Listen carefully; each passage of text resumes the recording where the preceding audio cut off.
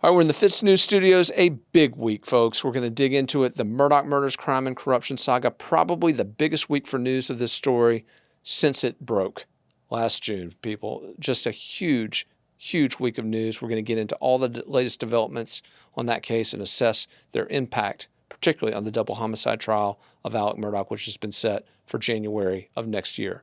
Also, major developments in the Cheer Incorporated scandal, people.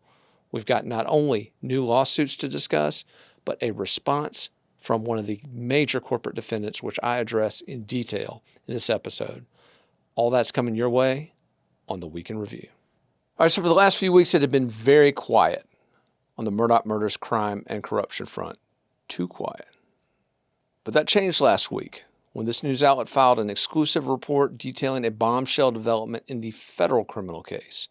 Now, again, only one person has been charged so far federally in connection with this multi-layered, multifaceted maze of alleged criminality. And that individual is Russell Laffitte, the former president of Palmetto State Bank, the Hampton, South Carolina bank, which according to both state and federal prosecutors was a key cog in the web of financial criminality allegedly masterminded by Alec Murdaugh. But was Alec Murdaugh really the mastermind of this financial criminality? Well, after last week, that is very much in question. Why? Because, folks, Russell Laffitte made a recording which would point to a broader network of alleged conspirators. Now, on this recording, which was reportedly made during a board meeting of Palmetto State Bank, discussions were had over a check tied to one of the alleged fleecings committed by Alec Murdaugh and his network. Now, on the same week that development was made public, a lawsuit was filed in civil court down in the 14th Judicial Circuit, alleging that additional attorneys tied to Murdaugh's former law firm, the PMPED law firm there in Hampton, South Carolina, now it goes by a different name, but at the time that was what it was called. Additional attorneys were linked to criminal activity, again, tied to the very same type of crime, fleecing people out of settlement money. A pattern, a RICO pattern, again, if you will. Why RICO charges haven't been filed in this case, I don't know. Because there's clearly a pattern of similar criminal activity, again, according to both state and federal prosecutors. But this development was huge for a number of reasons. Obviously, this news outlet from the very beginning has doubted the contention that Alec Murdaugh and Russell Laffitte put this whole plan together on their own or implemented it on their own. Clearly, that seems like a stretch, right? Given the depth, the intricacy, the breadth of these crimes, just seems difficult to accept that two people, particularly these two, could have pulled it off. But it wasn't just the expansion of the federal criminal case, which, by the way, we learned just this week, there's not just one recording, folks. Russell Laffitte was, in the words of attorney Eric Bland, a serial taper. Multiple tapes, multiple recordings made in connection with this case. Now, here's my question. Do prosecutors on the federal side who have multiple conflicts of interest in this case, again, exclusively reported by this news outlet last fall, are they serious about getting to the bottom of this case? We don't know. What we've seen so far is troubling. In fact, what we've seen is one of the conflicted attorneys, Kara Henderson, whose father works at the very law firm that Alec Murdaugh worked at, and who worked alongside Murdaugh in the 14th Circuit, both of them working for Solicitor Duffy Stone down there in the 14th Circuit. So, two conflicts with her. Two conflicts. She is sitting in the courtroom on the prosecution side. Just unbelievable.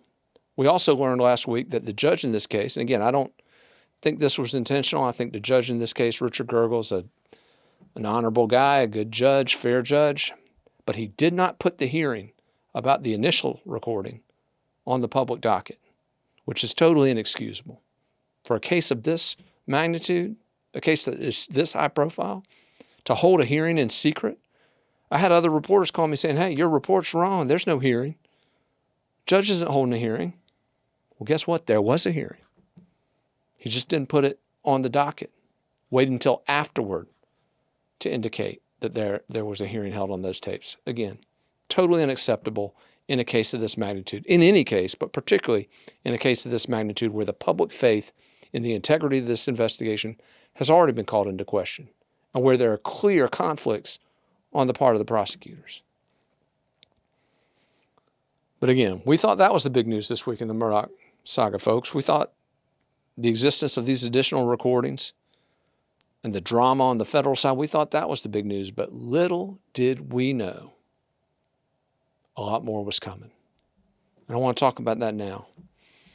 As we tape this, we don't know exactly when Alec Murdaugh's murder trial will be held. And I want to explain this.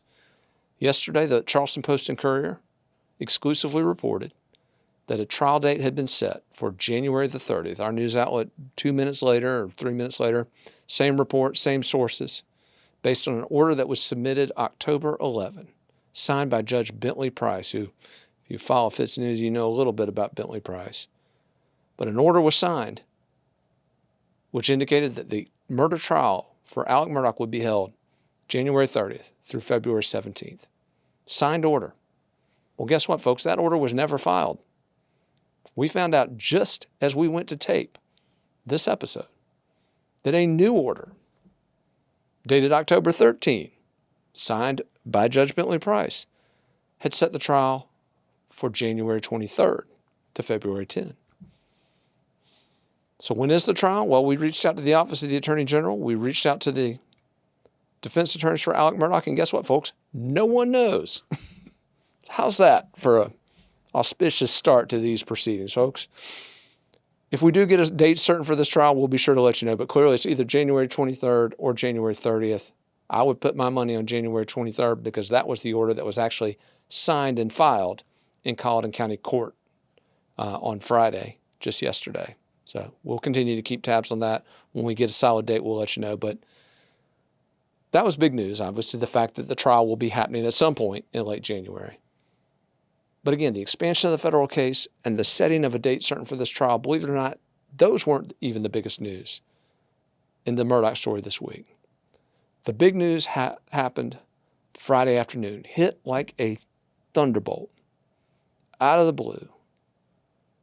A filing from defense attorneys Dick Harpootlian and Jim Griffin, in which it was alleged that Curtis Edward Smith, who, if you follow this case, you know Cousin Eddie very well, been accused of drug charges, been accused of fraud charges connected with cashing checks for Alec Murdaugh.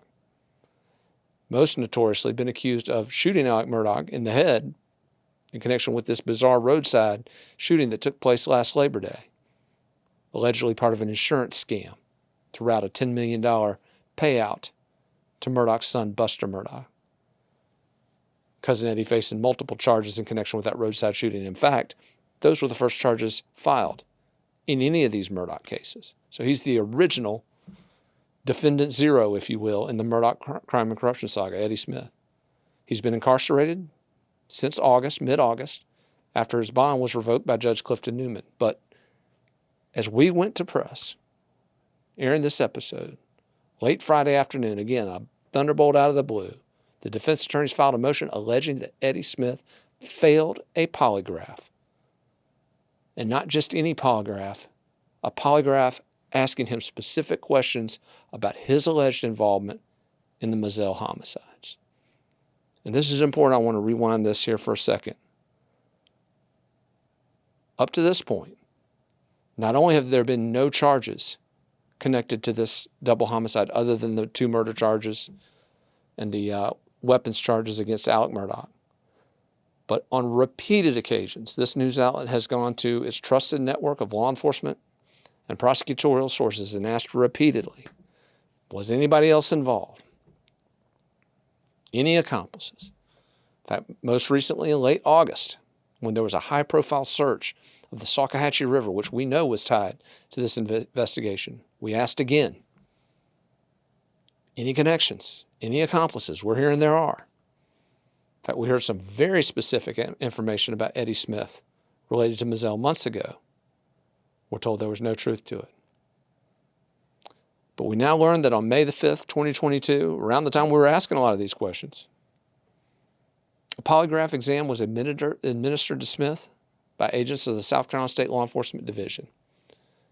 Smith was asked directly whether he had any involvement with the murders at Moselle, whether he committed the murders at Moselle, and specifically whether he committed the murders at Moselle on the date they occurred, June 7 of last year. And guess what, folks? Deception was indicated in his response to all of those questions, according to the filing submitted by Alec Murdaugh's attorneys.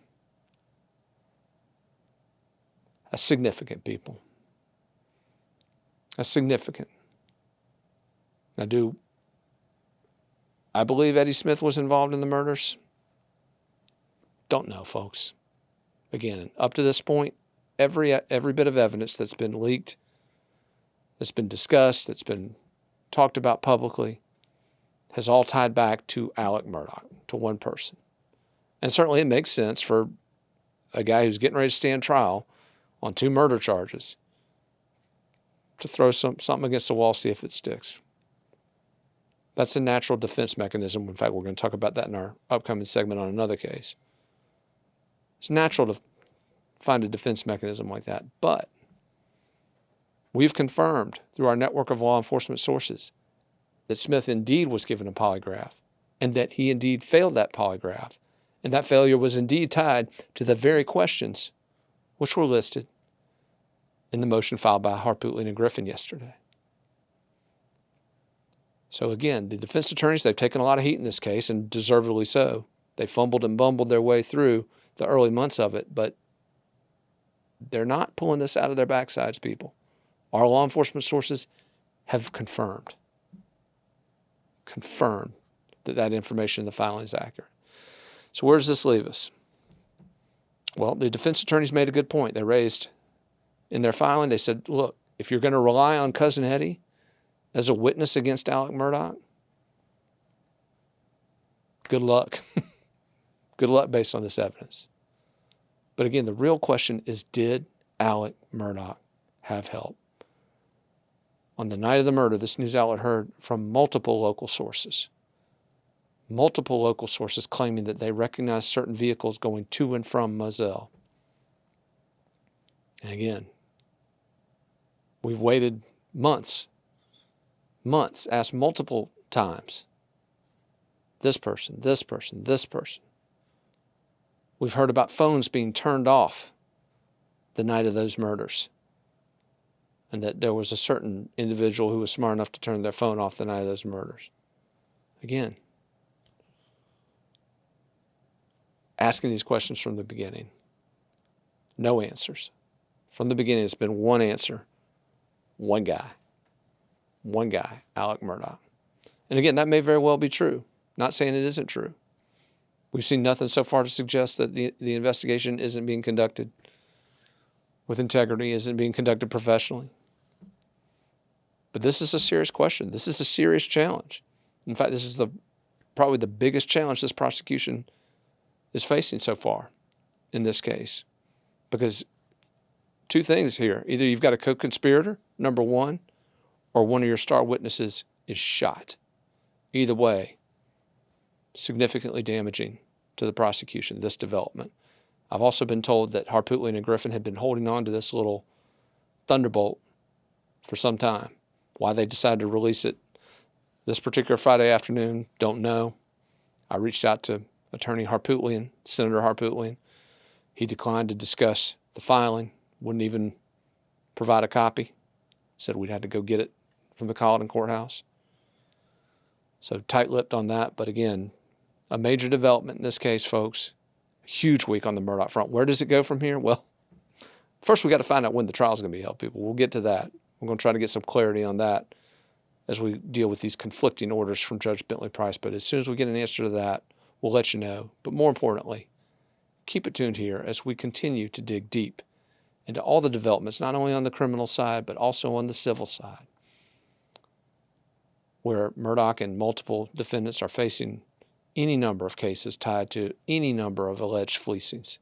It's just a huge mess, people. Probably the biggest criminal saga South Carolina has ever seen.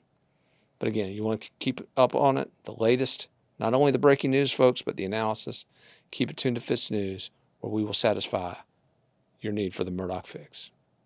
All right, so in addition to all the Murdaugh news, it was another big week in the Cheer Incorporated scandal. Multiple lawsuits, 3 new lawsuits to be precise, were filed in U.S. District Court in Greenville, South Carolina. These obviously coming on the heels of the major federal lawsuit filed in Tennessee, as well as the initial federal lawsuit filed in Greenville. And again, the origin point for all of this, the August 22 death by suicide of Scott Foster, the former owner and founder of the Rockstar Cheer Gym up in Greenville, South Carolina, stands accused of multiple instances of alleged inappropriate sexual contact with both male and female cheer athletes, many of them underage at the time the alleged abuse occurred. Foster, obviously not the only one implicated in this saga. There are multiple cheer coaches, not just from the Rockstar Gym, but at multiple gyms across the country who've been implicated in connection with this case. Not only that, we're looking at lawsuits coming, more lawsuits in Tennessee, South Carolina, also new suits coming apparently in Georgia, North Carolina, Florida, Maryland, perhaps even other states. This is just a huge scandal, folks. Again, as we've repeatedly reported, an epidemic of alleged sex abuse within the American cheerleading industry. And by the way, we're going to get to one of the responses from the titan of that industry in a moment. But before that, wanted to touch just briefly on some of the new developments in the new lawsuits that were filed this week. Obviously, we've covered the initial South Carolina complaint and the Tennessee complaint in some detail. But this complaint, the 3 new complaints filed in South Carolina this week, has some interesting new developments. Our researcher, Jen Wood, dug deep on those documents and found some very interesting things we hadn't seen in the prior suits, particularly related to Charles Bank, which is the company that sold most of its interest in Varsity, but maintained some of its interest back in 2018 when Varsity was purchased by Bain Capital, the firm up there in Massachusetts, founded by former presidential candidate, current U.S. Senator Mitt Romney. Now, one of the points made in the new lawsuits is that Charles Bank made a conscious decision, that's quoting from the lawsuit, a conscious decision at the time of the Bain transaction to retain an ownership interest in Varsity. Now, their point in making that allegation is very simple, that both Bain and Charles Bank should have done due diligence at the time.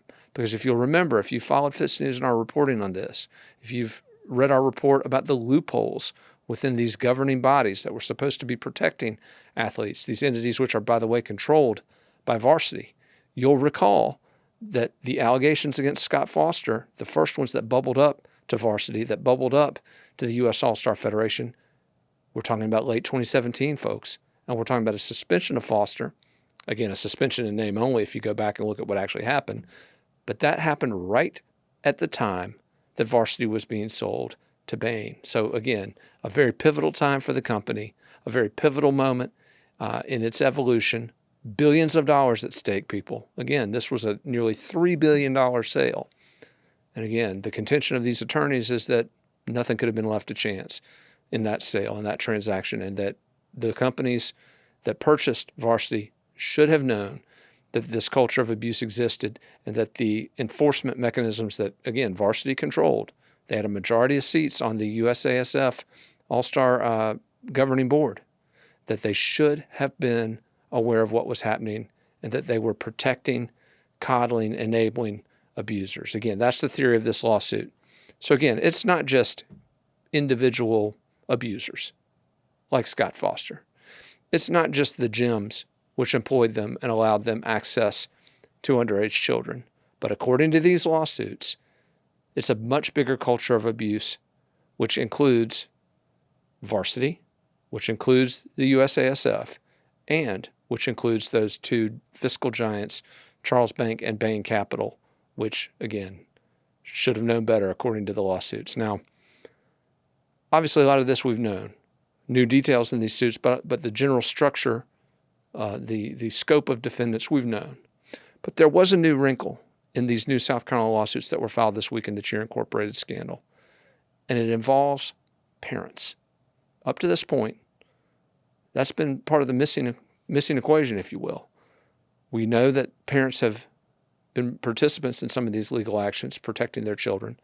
But according to this lawsuit, there were some parents who weren't protecting their children. In fact, according to these lawsuits, there were parents actively participating in providing drugs, in engaging in inappropriate sexual conduct, all manner of alleged abuses tied to this scandal. Now, as we continue to dig into this story, well, here's something I want to promise you. And I've said this before. We've got open microphones here at FITSNews, and we're going to talk about that extensively in the next segment. But I want to tell you something else. As we dig into these allegations about the culture and about, again, parents allegedly participating, this news outlet is going to be committed to doing our very best to separate the wheat from the chaff, if you will, because at the very beginning of this story, when the first lawsuits began to be filed, we were warned to be careful. Some of the parents crying wolf now were in the middle of this. Some of the folks who are now claiming to be victims or survivors were in the middle of this. And this website is going to do its level best to make sure that as we bring you all these stories and as we continue to host this conversation moving forward, that we do our very best to figure out exactly who's telling the truth, who was legitimately victimized by this system, and again, perhaps some of these parents who may, according to these lawsuits, have participated in the exploitation. All right, so in addition to the new lawsuits, there were some other developments in the Cheer Incorporated scandal this week, and I'm talking specifically about a response to the scandal by Varsity. And again, this is the major corporate entity that dominates the business side of Cheer, that dominates the regulatory side of Cheer, which was purchased back in 2018 by Bain Capital for nearly $3 billion. This is the 400-pound gorilla, the again, dominant force in the cheer industry. Now, Varsity is a defendant in all of these federal lawsuits, which have been filed by the Strom Law attorneys. And so Varsity obviously has an interest in defending itself, but the statement that the company released late Thursday evening is deserving of some attention. It's deserving of some analysis. And so I want to just get into that a little bit. I'm looking at the statement here on my phone as it was tweeted. It was actually not posted to Varsity's website. It was sent out through a 14-tweet thread on the social media platform. But I wanted to go through it. There were obviously some things we've all heard before that the alleged behavior is abhorrent and unforgivable, according to Varsity. That they're committed to the safety of athletes and all that. That they want the fullest extent of the law. For those who are implicated in some of these allegations. But there was some other language that's interesting. It talked about how there were bad actors in every sport, and that Varsity was committing to rooting out those bad actors. But here's the part of the statement that I thought was most compelling, most important. And I think this is really the only part of the statement that Varsity wanted us to hear, wanted victims to hear, survivors to hear, and the attorneys pushing these cases to hear. And I quote, "We have a responsibility to defend Varsity's spirit against any false or misleading claims that may jeopardize hardworking athletes and the future of our sport, and we intend to do so vigorously. We are exploring all avenues, including legal measures, to defend ourselves from any false narrative that erroneously suggests Varsity Spirit somehow willfully turned a blind eye to misconduct in cheer as part of a broader conspiracy. The truth matters for the survivors and for the support. The safety of well-being of the athletes and the fight to hold wrongdoers accountable must not be jeopardized or distracted by reckless mischaracterizations and falsehoods. The survivors, more than anyone, deserve a full and complete factual record on which to pursue justice." Now, I want to dive into this a little bit because certainly, as I noted in my coverage of this, my response to this statement, Varsity does have a right to defend itself. Varsity does, in fact, have an obligation, and as its spokesman said, its president, that statement was from Bill Seeley, Varsity's president, as Seeley said, it has a responsibility to defend itself. But here's where I draw the line on this statement, and here's where I think that this statement was just ridiculously sanctimonious and self-serving. It's this notion that Varsity is doing this for the athletes, for the survivors, for the integrity of the sport. No, not even a little bit. Varsity is doing this to cover its ass, to protect its profits, and it's doing it to shift the onus of this away from itself. Now, again, it has every right to do that. My news outlet will continue, as it holds an open microphone out for anyone and everyone with a say on this case, to have their say. We're going to continue to do that. In fact, my news outlet has printed letters to the editor from people saying that Varsity and some of the others involved in this case were being treated unfairly. So not only are we going to print what they say, we're going to print people defending them. But again, when they issue statements like this, pure self-serving pablum like this, we also have an obligation to say what we think about it. And I'm going to tell you what I think about it. I think it's absolute crap for this company to try to take this scandal and somehow portray itself as doing something altruistic on behalf of these victims and survivors. So it is claiming that its self-serving, profit-protecting PR statement here is somehow intended to protect the integrity of the sport? No, again, hell no. Hell no. This was a threat, okay? That's how I perceive it anyway. This was a threat against people who might want to stand up and tell their stories, against gym owners who might want to come clean about what they've witnessed, about parents who might want to pursue justice for what's happened to their kids, and frankly, against the news media for reporting on it. This was a threat, and all of that flowery language about the integrity of the sport and Varsity's commitments to this, that, or the other.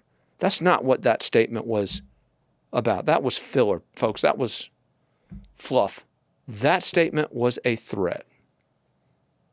That statement was a threat. It was about communicating to anyone who's involved in this case, you better shut up. You better keep your mouth shut or we're going to sue you. We're going to sue you. Now, I reached out to one of the Jane Does who's been very vocal, who's published anonymous columns on our news outlet relating to this. And again, her columns haven't called anyone at Varsity out particularly, or they've just simply explained how she feels about what happened to her. That's it. But I shared this response with her. And I asked her what she thought about it. You know what she said? She said it's going to encourage her to keep writing. It's going to encourage her to keep writing. You know what I wrote? Me too, Jane.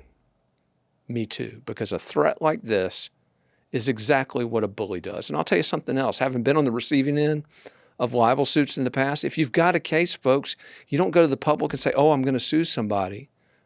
You know, oh, you say bad things about me, I'm going to sue you. No, you just file your suit and let the facts speak for themselves.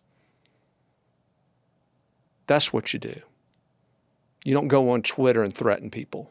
In fact, the fact that a multi-billion-dollar company thinks the best way to defend itself in this case is to go on Twitter and threaten people, I think that says a lot about this case. Now again, even if Varsity is in this threatening posture, even if Varsity specifically threatens this news outlet, threatens me personally, guess what? We're still going to turn the mic over to them because they have a voice in this process. And that voice deserves to be heard. That's the way our system works, people. And again, my news outlet will always turn this mic not only over to the victims and survivors, but to those accused. Because again, that's the way we do it in this country, or the way we should do it. But if Varsity thinks for 1 second that it can throw this kind of crap up against the wall and hope it sticks, and that no one's going to call them on it, that they're going to shroud their PR defensive in the integrity of the sport and the suffering of these survivors, and somehow claim they're doing it for them, nah, we're not going to let that pitch go by. Hell no. That is a big, fat softball right over the middle of the plate, and I'm going to tattoo that pitch every time. Every time. But again, this news outlet from the beginning has been committed to advancing the conversation on this issue, on the epidemic of sex abuse within the cheerleading industry, giving voice to victims, giving voice to survivors, their families, exposing the loopholes in the industry that led to this, the lack of accountability and oversight from the entities Varsity controls. Again, got to point that out. Varsity, you didn't mention that in your statement. But as we continue down that road, there's one part of the Varsity statement I do think is worth noting out. They said in that statement that the truth matters. And on that, I agree with Bill Seeley, the president of Varsity, 100%. The truth does matter. It does matter. And that's what we're going to continue to pursue at FITSNews, no matter who threatens us. All right, that's a wrap for this week's edition of the Week in Review. Thank you for joining us. Lots of big news, obviously, this week. Before I go, though, I want to plug it one more time. Cheer Incorporated, our podcast devoted to this still unfolding saga, a deeper look, a detailed look, a victim's perspective, narrated by our Director of Research, Jen Wood, produced by our Director of Special Projects, Dylan Nolan. Please check it out on Apple, on Spotify, wherever you download podcasts. If you like what you hear, please submit a review. Most importantly, though, share it with a friend. Share it with a parent. Share it with somebody you know and love. And if you're concerned about where this country's going and how it treats future generations, Cheer Incorporated, a must listen to. Once again, thanks for tuning into the Week in Review. We will catch you next time.